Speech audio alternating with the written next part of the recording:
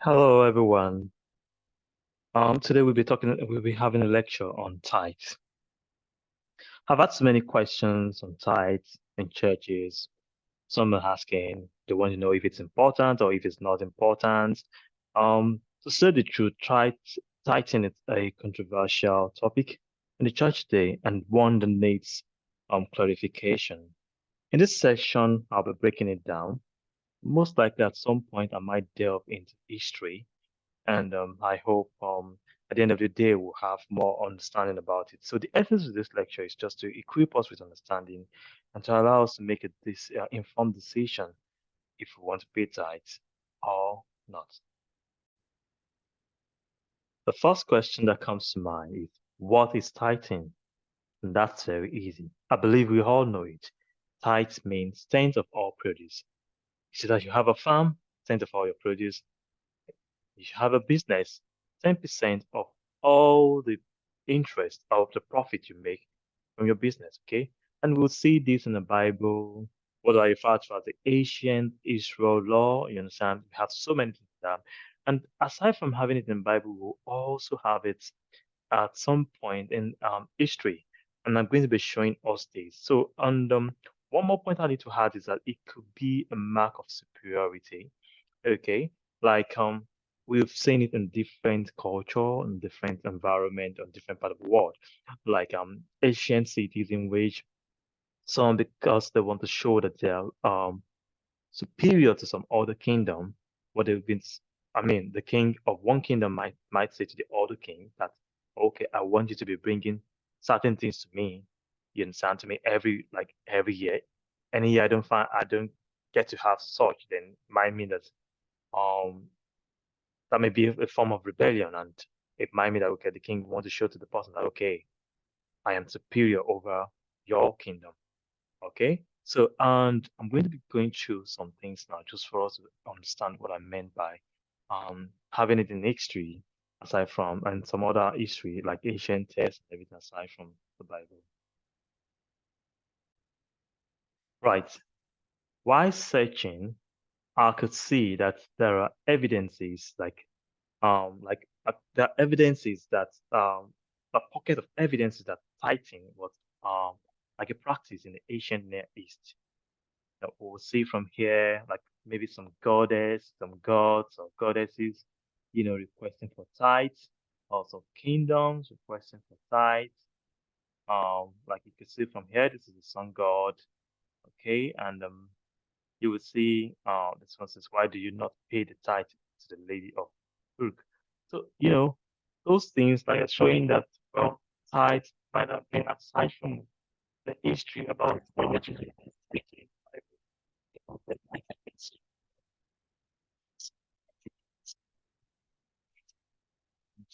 the native Israel. However, what I couldn't get, though, that was difficult to get, was this practice present during the time of Abraham? Can we say it was already in existence even before the time of Abraham, or during the time of Abraham, or after um, the time of Abraham in the Bible? So that's one thing like we're going to have to like look into like in this lecture. So another thing is that tithing could also be similar to what we call the tax system these days. Okay, like take for instance, if you look at the Bible, you will see that at some point the Bible says when the nation of Israel was was started, it was recorded in law that, okay, you must pay tax of the produce, and you must bring it to the storehouse of God so that there will be meat.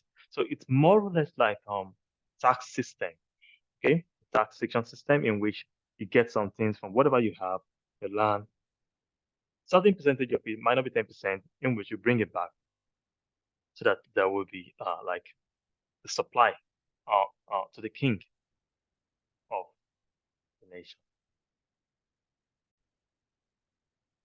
Right. I've been able to come up with like a timeline, okay, of tithing, how tithing or tithe, paying a tithe became a practice in churches today, okay, which is now what is somehow controversial for some people. Okay, so I've come up with the timeline here. Like we have a practice in the ancient Near East from the materials I've like showed you. We have Abraham observed it. Okay, and later it became a history.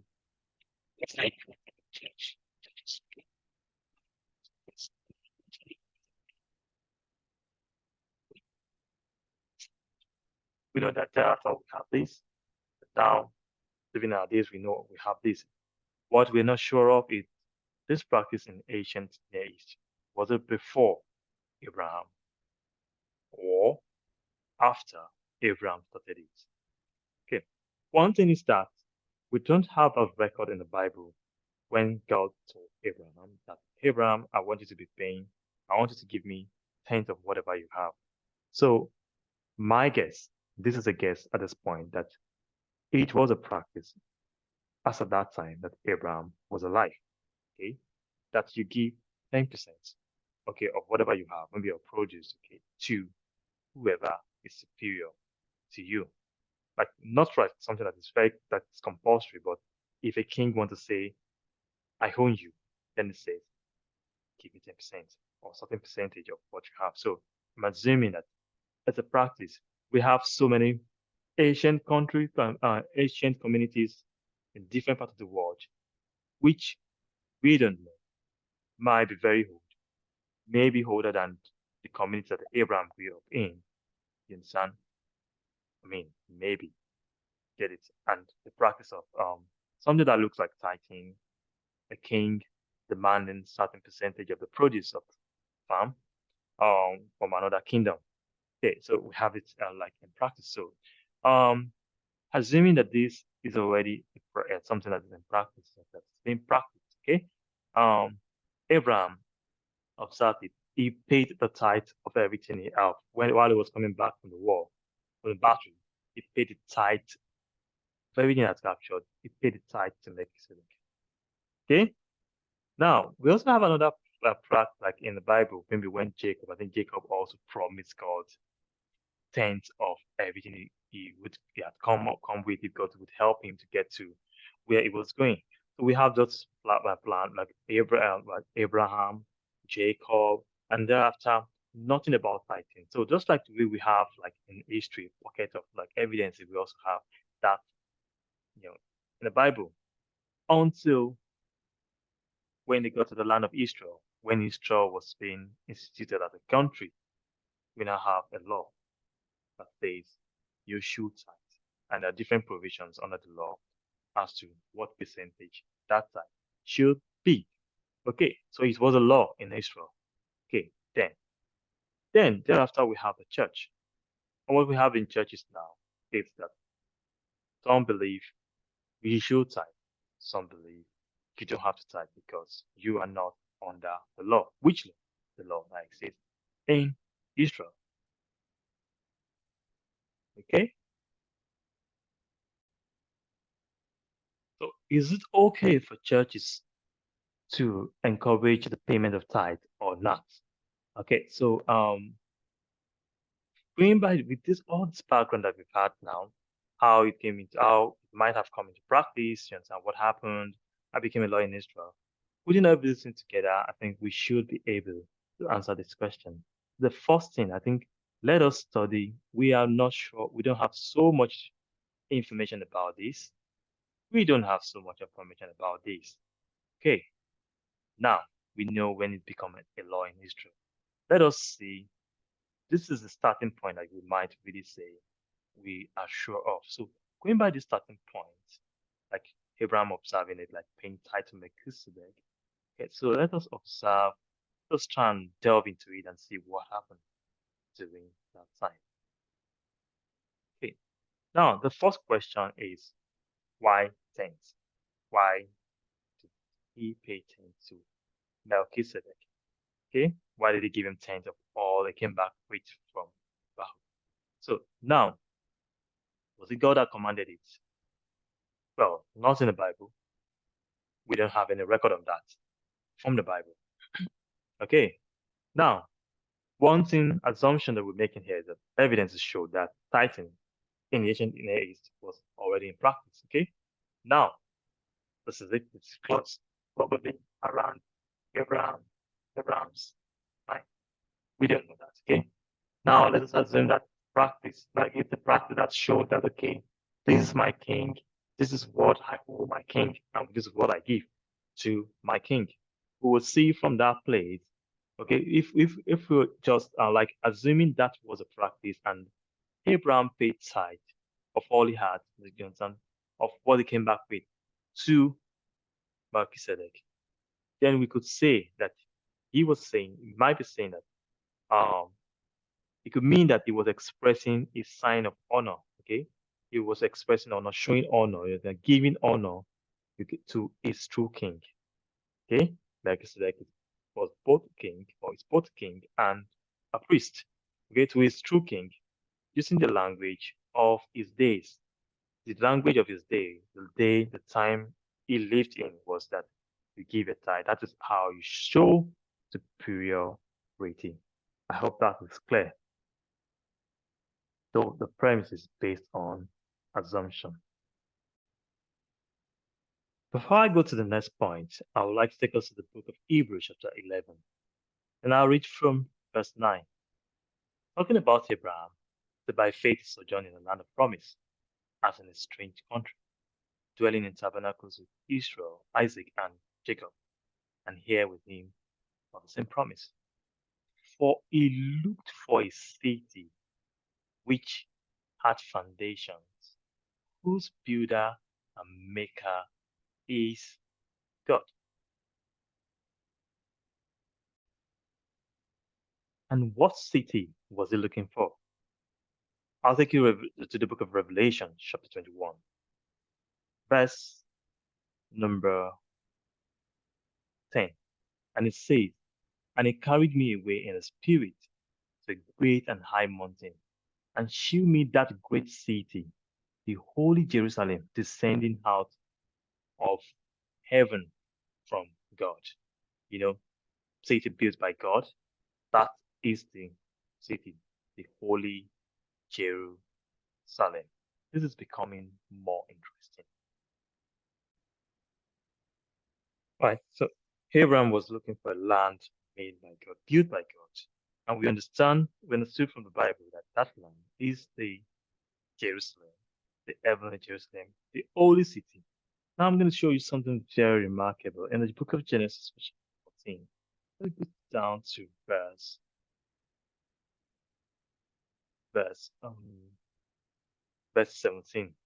After Abraham saved Lot, Bible says, and after his return from the defeat and slaying of Chedorlaomer and the kings who were with him, the king of Sodom, went out to meet him at the valley of Shaveh, that is the king's valley.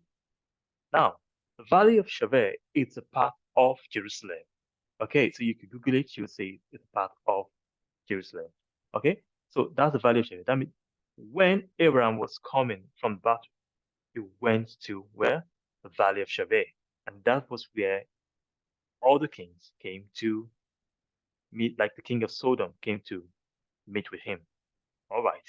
So now I told you that Valley of Shaveh is a part of the future Jerusalem. All right. Verse 18 says Melchizedek, king of Salem. Now, where is Salem? Later called Jerusalem. Later called Jerusalem. Melchizedek, king of the future Jerusalem. Remember, Bible refers to the city that comes out from heaven as the heavenly Jerusalem. That means a type of that city is the physical Jerusalem that the nation, I mean, the Jerusalem that we have on earth. Okay, that is a type of that city. So, and Melchizedek was like the king of that Melchizedek, and he was also what? The priest of the God Most High. Okay, he was a priest. Abraham came to the valley of Shaveh while he was coming from the battle, and you know, people and other people came to meet him there. Right? This is becoming very, very interesting. And thereafter, that was when we saw that. And he blessed him, that is Melchizedek, blessed Abraham. and said, blessed favor, blessing be Abraham by God Most High. Remember, here we see that he was a priest of the God Most High. So if you look at this verse, then thereafter,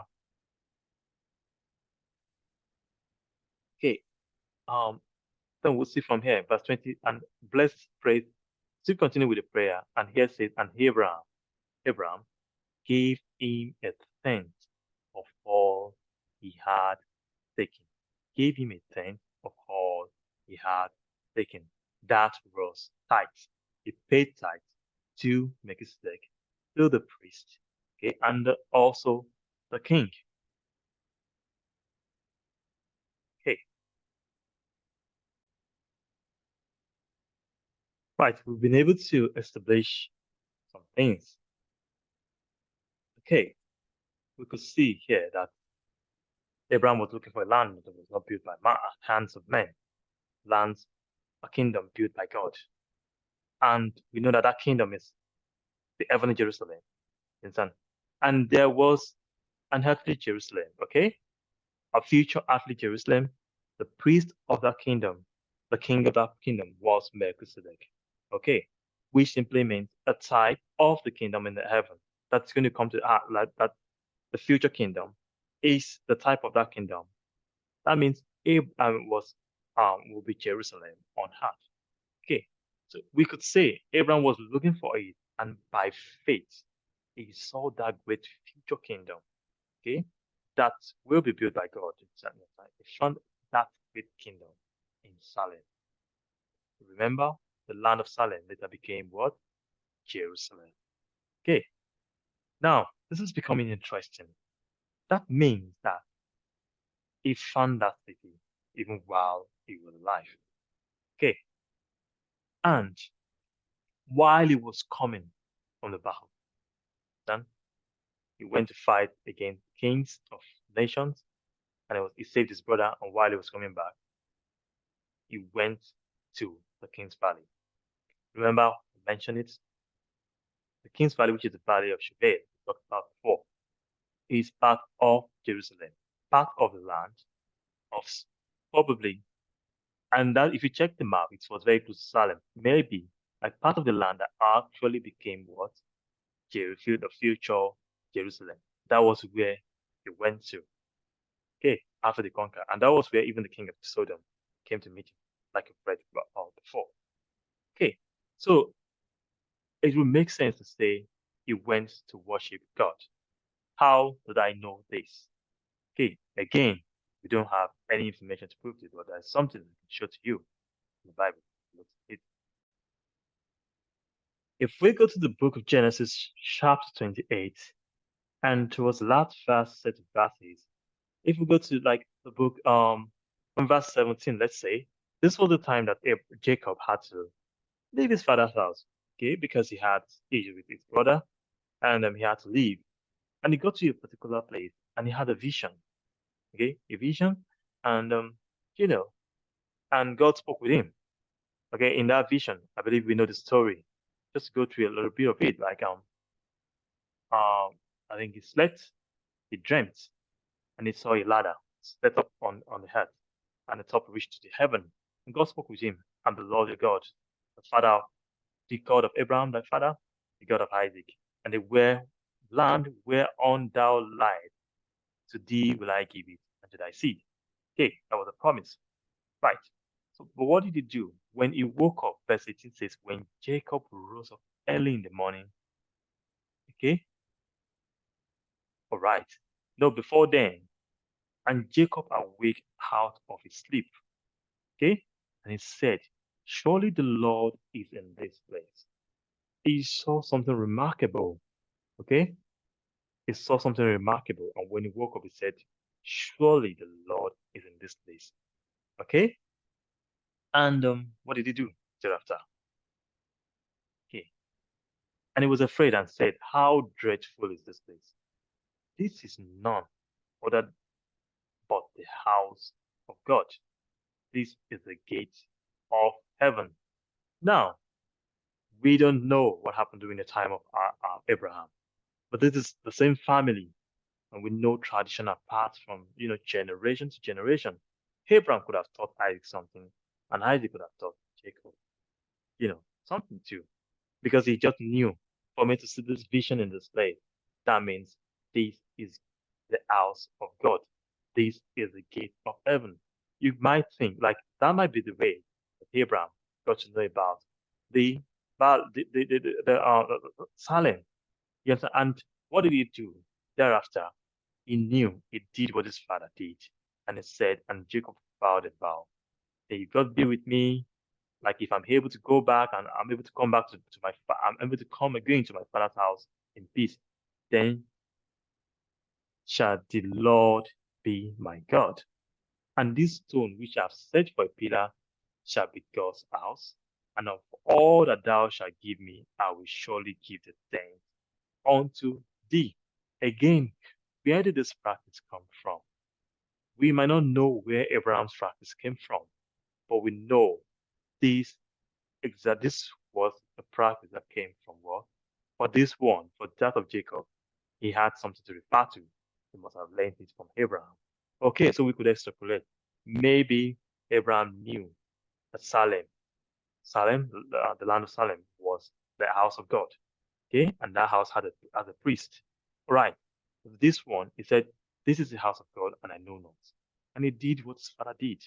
Okay, the father, just the way the father paid his tithe, and he said, when I'm come back, if I'm able to come back, imagine it was going to a war, a battle, and it came back and said, if I'm able to come, I'm going to give you cent of everything. So I will surely give the cent unto thee.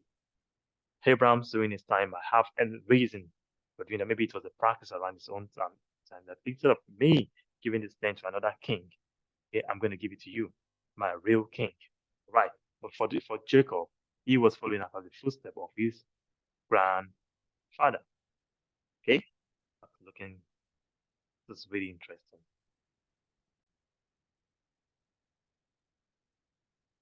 All this put together now, it will make sense to be like seems reasonable for us to say that Abraham found Salem. Okay, he could see that future kingdom he was looking for in Salem.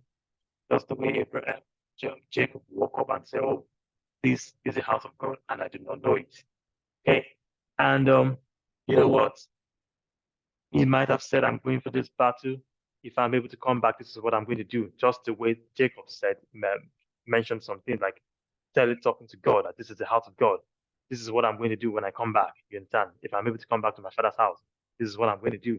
Maybe Abraham too made such vow.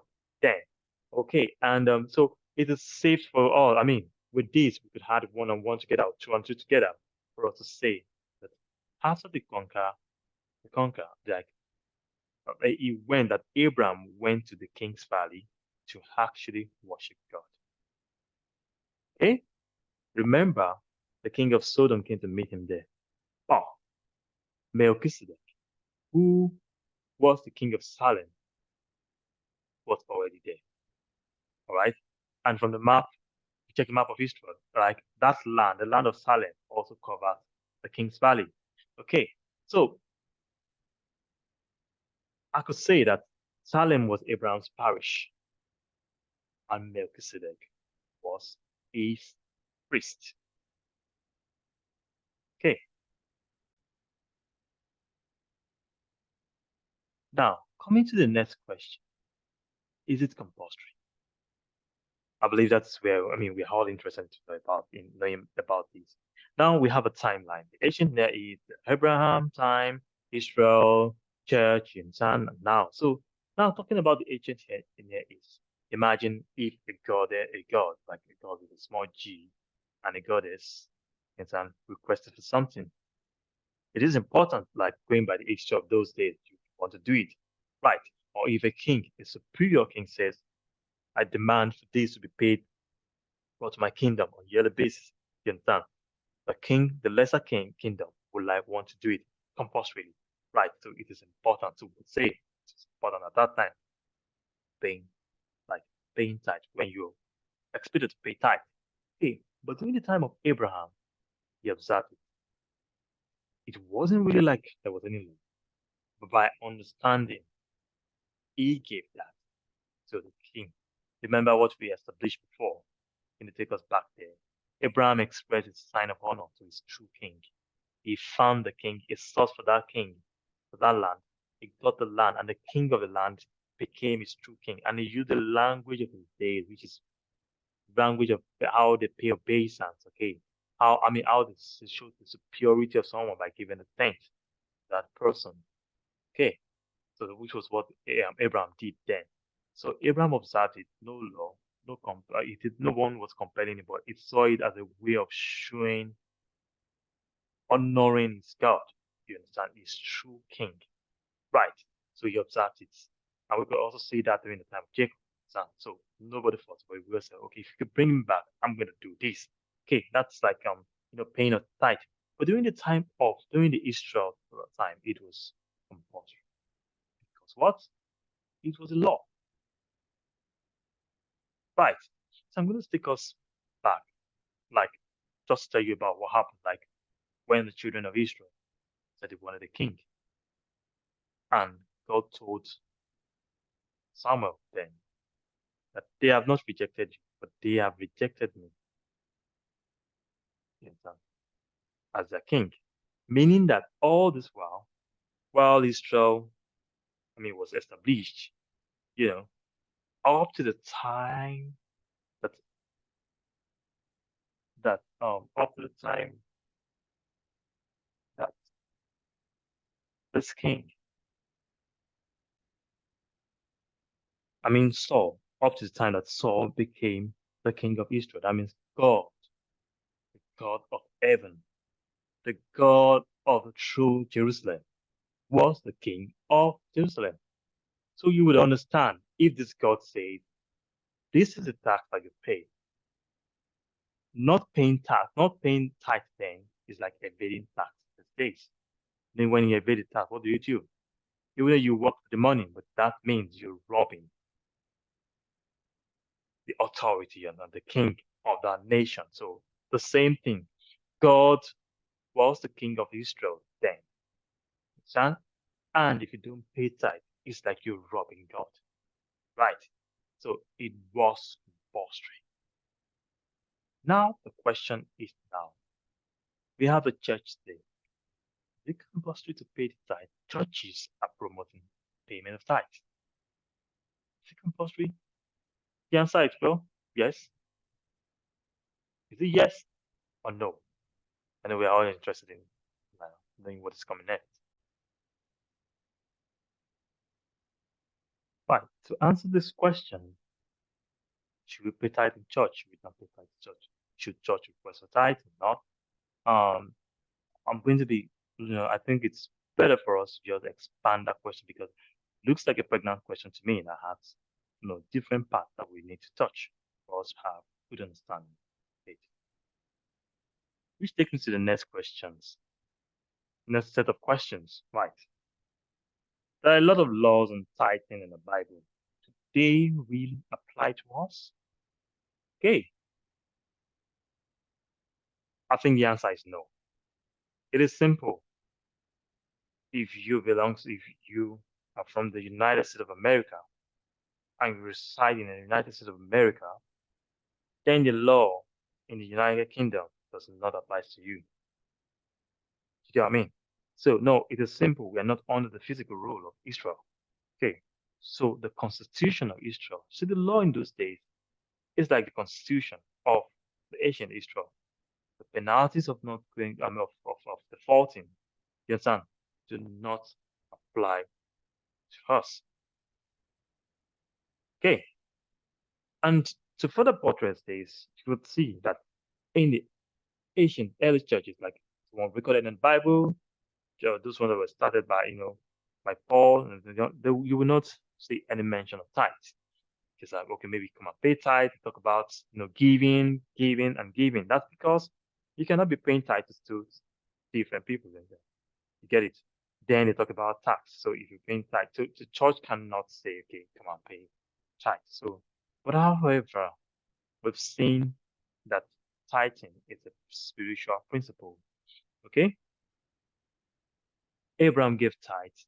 Jacob saw in Abraham, and what did he do? Like made a vow to God that I'm going to do this, okay, because he realized that this is the house of God, this is where God resides, okay, and we've established that Salem, okay, was Abraham's parish.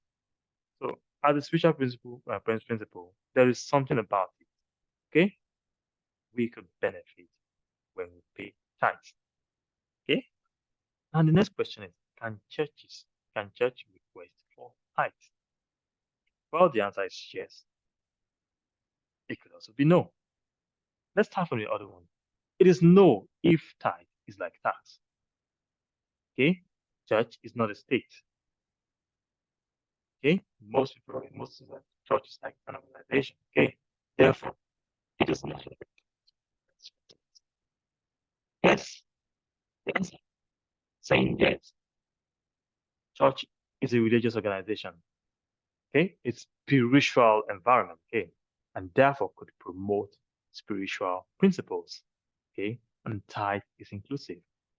Even before the law of Israel, we see that Abraham saw the need to give tithe. Jacob, realizing this is the house of God, he said, I'm going to go to where I'm going to. If I'm able to come back, I'm going to pay tithe to you, to my God. So, yeah. So, it is it's a spiritual principle. If we follow it, then that will be very good.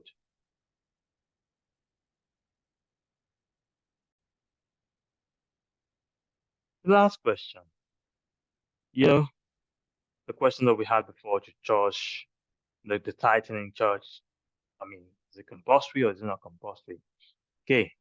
So it may not be compulsory. So which is the reason why we're asking this question, which is tithe. Okay. So it might not be compulsory based on your understanding, based on the understanding what we've established. Exam, I would say yes, we should tithe. Okay. It was a spiritual thing. Abraham started it.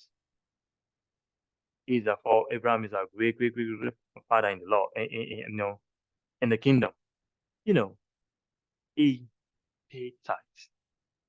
And we saw that Jacob, when he realized that this is the house of God, he made a vow that when I'm coming back, whatever I have, 10th of these goes to God. You understand? So we should also have that practice. Yes, because of that, see, the answer is, are we to tithe? Yes, we should pay our tithe. Tithing is a spiritual principle. Depicting, showing that you belong to God, that you don't belong to any kingdom. And it is to be paid to your parish, to the house of God. Okay?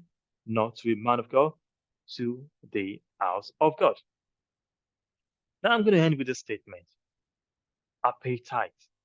I understand what tithing is. I don't miss it, paying my tithe. I've made it a practice to always pay my tithe. I'll say this statement again. If tithing is making the statement that we belong to God,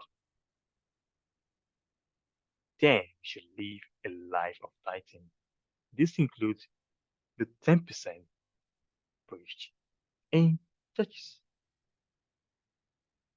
I believe with this, I've been able to open our eyes to what tithing is.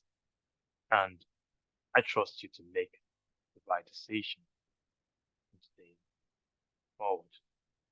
Thank you very much. If you have any questions, please, you'll be able to contact me if you read through what we have down below.